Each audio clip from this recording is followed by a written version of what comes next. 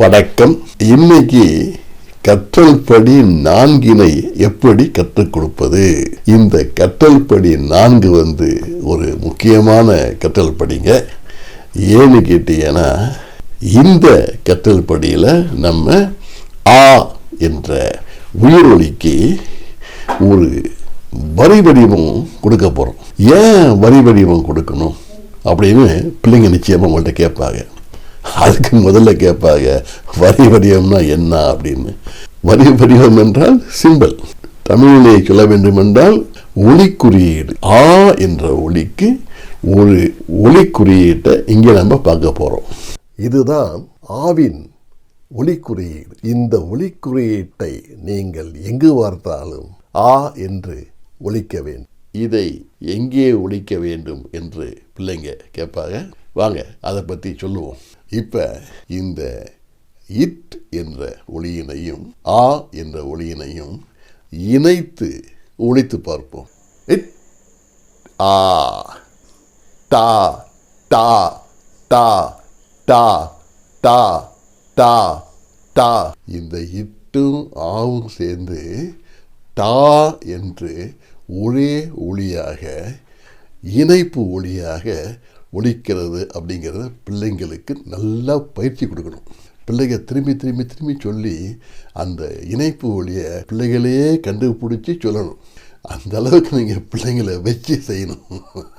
அப்புறம் அந்த பிள்ளைங்கள்ட்ட கேளுங்க, இந்த டா என்ற இணைப்பு ஒலிக்கு எப்படி எழுத்து வடிவம் கொடுக்கலாம்னு கேளுங்க. சில எழுத்து வடிவங்களை பிள்ளைங்களே சொல்லுவாங்க. அப்புறமா நீங்கள் சொல்லுங்க, இதற்கு எப்படி எழுத்து வடிவம் கொடுக்கப்பட்டதுன்னா இட்ட முதல்ல எழுதிக்குவோம். ஏன்னா அதுதான் டா என்ற ஒளியினுடைய அடிப்படை ஒளி. அப்புறம் இந்த ஆ என்ற ஒளியினுடைய ஒலிக்குறியீடை போட்டுக்குவோம். இப்போ பார்த்தீங்கன்னா இட்டுக்கு ஒலிக்குறியீடு இருக்குது. இந்த ஒலி குறியீடு போட்டிருக்கிறதுனால இந்த இட்டுக்கு புள்ளி தேவையில்லை, அதை எடுத்து விட்டுருவோம். இப்படித்தான் அந்த டா என்ற ஒலிக்கு எழுத்து வடிவம் கொடுக்கணுங்கிறத பிள்ளைங்கள்ட்ட தெளிவாக சொல்லுங்க. இதே மாதிரி இப் ஆ, பா பா பா பா பா பா பா பா பா என்று ஒரே ஒலியாக ஒலிக்கும். பிள்ளைங்களுக்கு நீங்கள் நல்லா பயிற்சி கொடுக்கணும். அந்த பா என்ற இணைப்பு ஒலிக்கு எழுத்து வடிவம் கொடுக்கறதுக்கு இப்பிலே இருக்கின்ற புள்ளி எடுத்துவிட்டு ஆவோட ஒலி குறியீட்டை போட்டுருங்கிறத தெளிவாக பிள்ளைகள்கிட்ட சொல்லுங்க. இதே மாதிரி தான் இம் ஆ, மா மா மா மா மா மா மா மா. மா என்ற ஒலிக்கு எழுத்து வடிவம் கொடுக்க இம்மிலே இருக்கிற புள்ளியை எடுத்துவிட்டு ஆவின் ஒலி குறியீட்டை போட்டு பண்ணணும். இந்த கற்றல் படியில் ஆவினுடைய ஒலி குறியீட்டை நீங்கள் நல்லா தெளிவாக புரிஞ்சுக்கணும். எங்கே அந்த ஒலி குறியீட்டை பார்த்தாலும் நல்லா வாயை திறந்து ஆன்னு சொல்லணும். இப்போ நம்ம பிள்ளைங்களுக்கு இட்டு இப்பு இம்மு ஆ ஆ டா பா மா டா பா மா என்ற ஒலிகளை ஒலிக்கவும் எழுதவும் தெரியும்.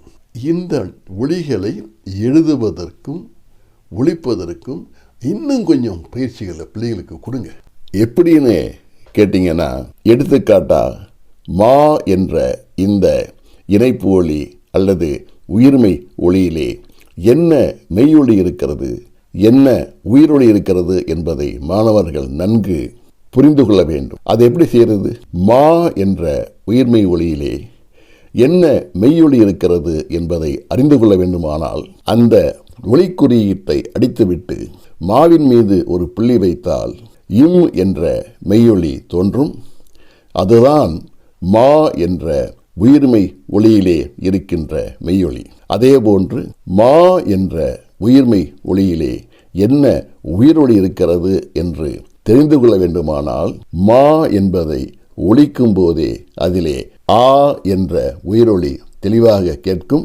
அது மட்டுமல்ல, மா என்ற எழுத்திலே இருக்கின்ற ஒலி குறியீடும் ஆ என்ற உயிரொலியினை காட்டும். இதே போன்று மற்ற உயிர்மை ஒலிகளிலும் என்ன மெய்யொலி இருக்கிறது, என்ன உயிரொலி இருக்கிறது என்பதை மாணவர்கள் நன்கு புரிந்து கொள்ள வேண்டும்.